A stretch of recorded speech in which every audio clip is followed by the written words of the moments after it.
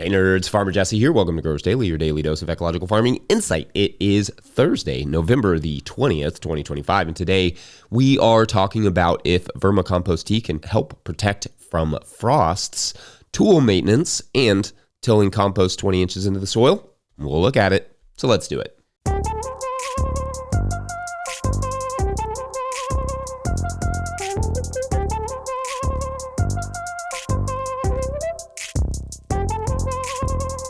All right, happy Thursday, everyone. I hope you all are doing well and that the week is treating you relatively kindly. I also hope you enjoyed my chat with Dan Brisebois yesterday as much as I did. Love that guy. Not a ton going on the farm this week beyond the usual harvest and delivery stuff. One of the things I actually appreciate most about the fall, in fact, is that there's almost no planting or cultivation or anything. It's really just almost exclusively harvesting and delivering. So that's nice. I do plan to start some early spring lettuce soon for the late winter.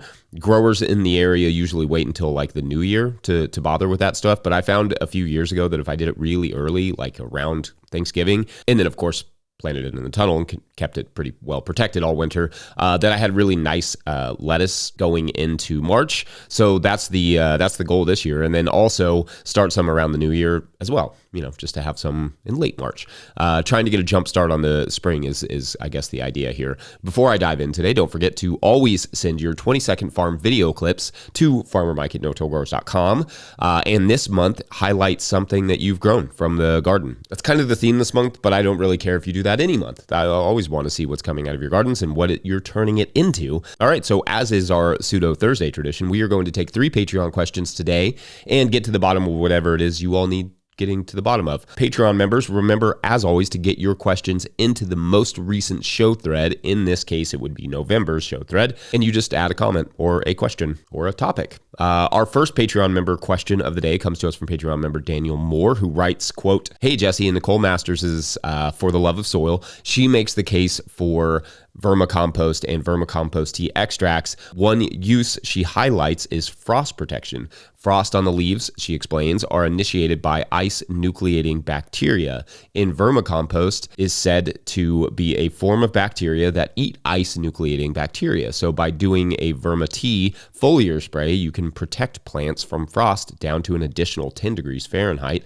Have you ever experimented with this? And if it works as good as she claims, can you see uses for this technique, like protecting late season crops from early frost or extending the season in certain zones? Thanks for the show. Love your work, and I'm looking forward to when my Wrexham boys will get to play Brighton in the Prem. Love from Alabama," end quote. Okay then, love this question. And let's start with the most important part, that Wrexham probably, unfortunately, they're not likely to make the Premier League this year. I mean, it's not impossible, but almost for their sake, that they should stay in the championship for a year while they get all their infrastructure in place. But anyway, they probably will eventually make it. And I have to say that it is kind of incredible. A lot of people just throw money at these lower league teams, and it doesn't always amount to anything. But Rob and Ryan have got great people in place, and I'm pretty impressed with what they've been able to do so far. So also because Wrexham is a mining town there in Wales, being a mining state here in Kentucky, I have a lot of affection for anything that helps those folks out. And the show is solid. Well done. Anyway, microbes, frost protection, right. Let's look at it. So I read Nicole's book back in 2020, I think. And luckily I had a digital copy where I could read a little bit about what she said about this, where she said an important aspect of her program was the application of 2 kilograms per hectare. That would be like 2 pounds per acre of vermicast as a liquid extract. She goes on, quote, "There is a multitude of reasons to add vermicast: plant growth hormones, humic substances, nutrient solubilizing bacteria and fungi, frost-eating bacteria, and more," end quote. So I have heard this before, this idea that compost teas and that sort of thing will help with frost protection, and I've heard that higher Brix levels will also do that, which Nicole also writes about in her excellent book. But I figured I would meander through the science a little bit to see what I could find. There does seem to be some correlation between vermicast and frost protection, but it isn't enough to say go out and spray vermicast on your plants and you should be good to go. That's not going to frost. I can't really say that, not from what I could find at least, though. To be sure, I only had a small chunk of time to dive into the research, but also healthier plants do seem to be more able to protect themselves from this sort of abiotic stress, non-biological stress, frost, but also droughts and that sort of stuff. Those are abiotic stresses anyway. So in general, I think it's a good practice to utilize vermicompost where possible, from inoculating the seeds to fertigation to responsible foliar applications. Responsible just meaning following food safety guidelines. So I couldn't find any definitive research to back up this idea, but I don't have any reason to doubt Nicole's work necessarily, and that it doesn't mean that the research doesn't exist. I did find some research that seems to suggest vermicompost could potentially increase the protection of other antifreezes, like other chemical agricultural antifreezes, which, yes, is a thing when those two things are mixed together, but very little about the vermicast extract on its own. I do think it would be interesting and fun experiment that could be run at home, especially in the fall, where you could spray vermicast on sections of potentially sensitive crops and just, go observe them in the morning and over their life. Do they get frosted? If so, do they, run into the same amount of damage? Is the damage equal to the control plot? That could be fun and not crazy hard to carry out if you have vermicast. One hang-up would be temperature of the vermicast itself. Whatever vermicast you use and water you use should be at room temperature or slightly warmer for good microbial activity, as if it's too cold, if the extract and the water are too cold, it may not have the life it needs to be effective. Anyway, Nicole's book is excellent and you should check it out. It's great stuff. She gives at least one anecdote of where she says one plot treated with vermicast lost only 5% of the crop compared to some in the region who lost 80%. So that's certainly intriguing. I know I couldn't exactly answer the question here, but I don't know that there is a perfect answer out there. I will keep looking into it though, because I'm a nerd like that. And I think that's fascinating. If anyone has any experience with this, let us know. Otherwise, we're going to take a quick break. And when we return, we will discuss some simple hand tool maintenance and some interesting nuances of linseed oil. Be right back. Hey nerds, non-farmer Steve here in Seattle, taking care of some late season green tomatoes. Roast them up in the oven, 425 till they blacken. Blend them up in a mini prep with some spices like chili powder, cumin, oregano. Then use it as enchilada sauce, or maybe make a wet burrito, something like that. Delicious. Today's episode is brought to you by Farmhand. Farmers who partnered with Farmhand say they grew an average of 63% this year because it's more than software. Farmhand is your business coach and assistant, helping to sell out, save time, and grow smarter with real data from real farms, shaping websites that convert, campaigns that sell, and fulfillment systems that run smoothly. Curious what that looks like? Meet the founder, Ari, at farmhand.partners/no-till and see the same insights and support the fastest growing farms rely on every week. That's farmhand.partners/no-till. Today's episode is also brought to you by High Mowing Organic Seeds. High Mowing Organic Seeds is celebrating their 30th anniversary with 47 fabulous new varieties for 2026. Highlights include downy mildew-resistant cucumbers, a poppy that looks like cotton candy, and 12 new tomato varieties. High Mowing offers more than 750 varieties of certified organic, non-GMO vegetables, flowers, herbs, and cover crops, all trialed for optimal performance in organic growing systems. High Mowing has the professional quality seeds and supportive grower reps to get you from seed to harvest. Visit highmowingseeds.com to request a catalog and use code 26NOTILL, all one word, 26NOTILL, for 10% off your order of $100 or more. That's highmowingseeds.com. All right, back to the show.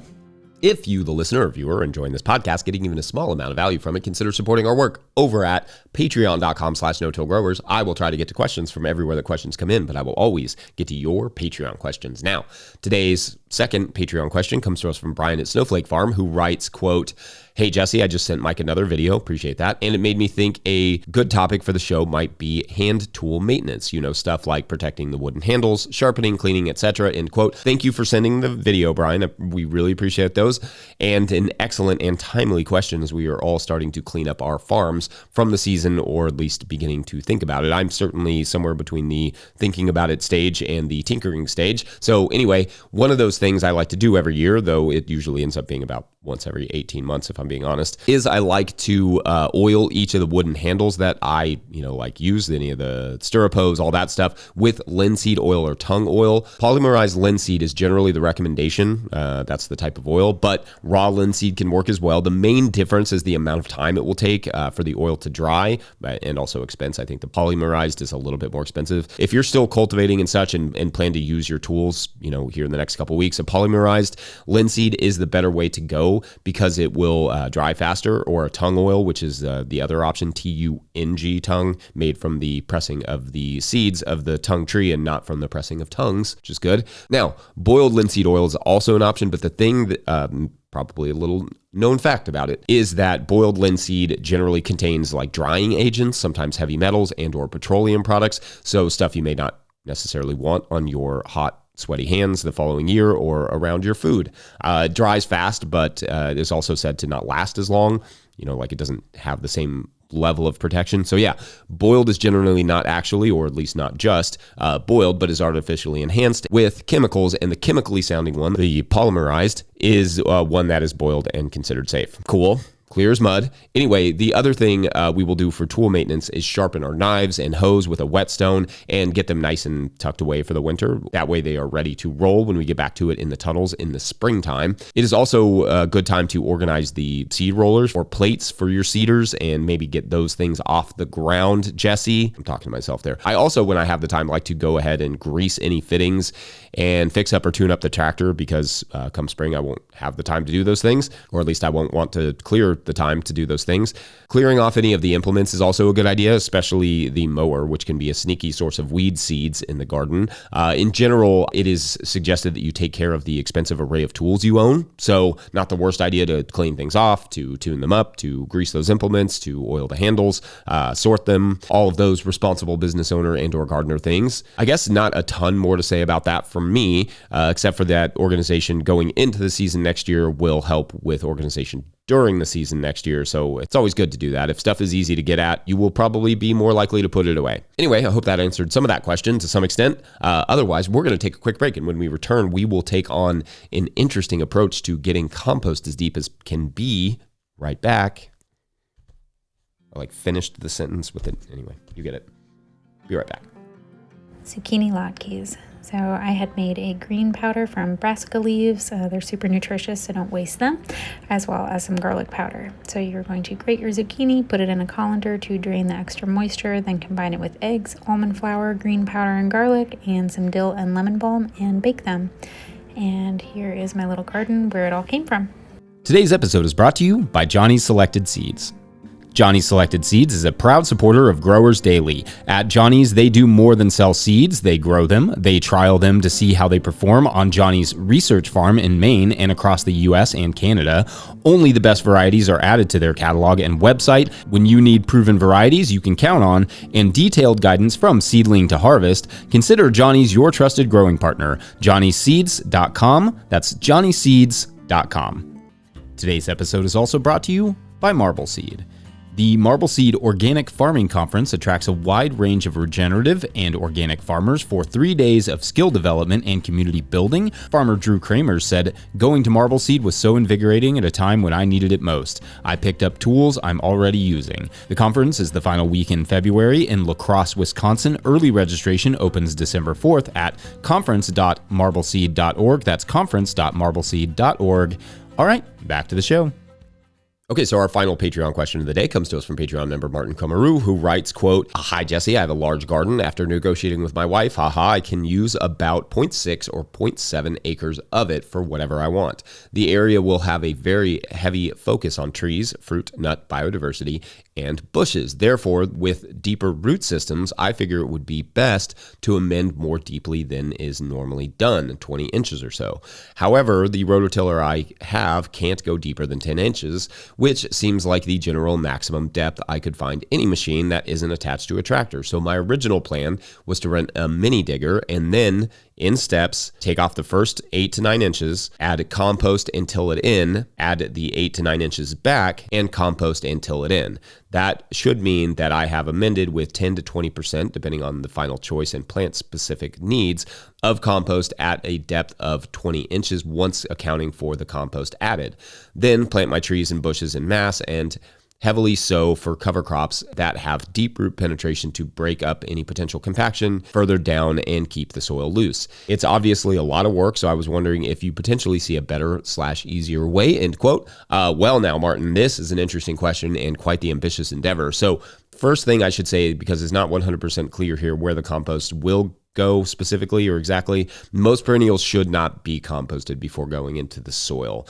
A small amount of soil amending is okay, but adding too much compost can cause issues with many fruit trees, berries, etc.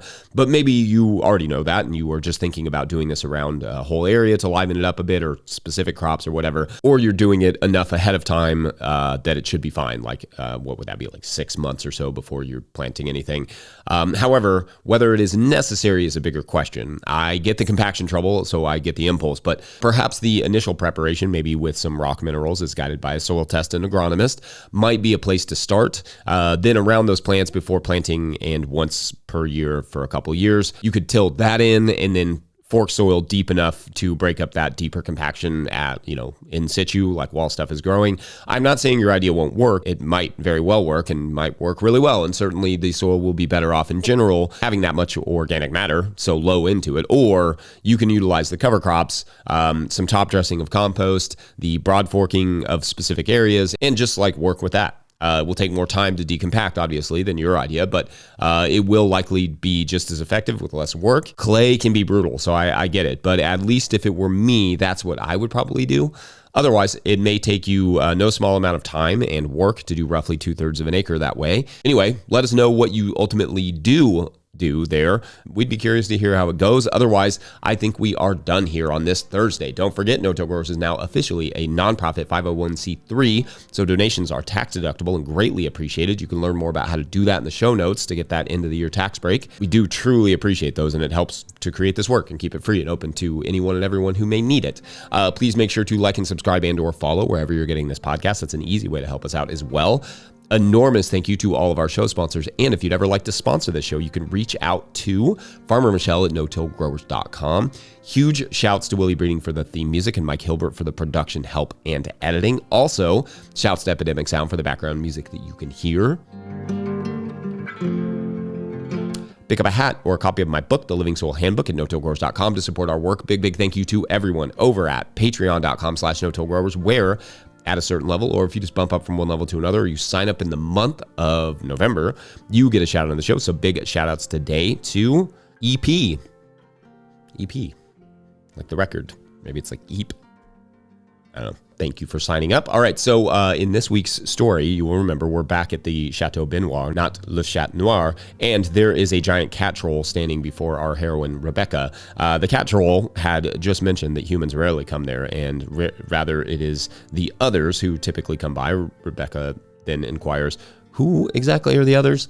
And just then, an old hot rod pulls up, loud and gaudy. Well, says the cat troll, you can meet one now. And out of that hot rod steps another cat troll, comically large for the car they were driving, but clearly similar species to the cat troll she's talking to. And anyway, the hot rod cat troll walks into the hotel office, and he laughs. You must be lost. And then he laughs again, but louder this time, just for emphasis. Humans don't come here often, says that hot rod cat troll. Then both of the cat trolls laugh again, which Rebecca feels a little bit like they're laughing a little bit too much, but that's all right. What happens when they do come here?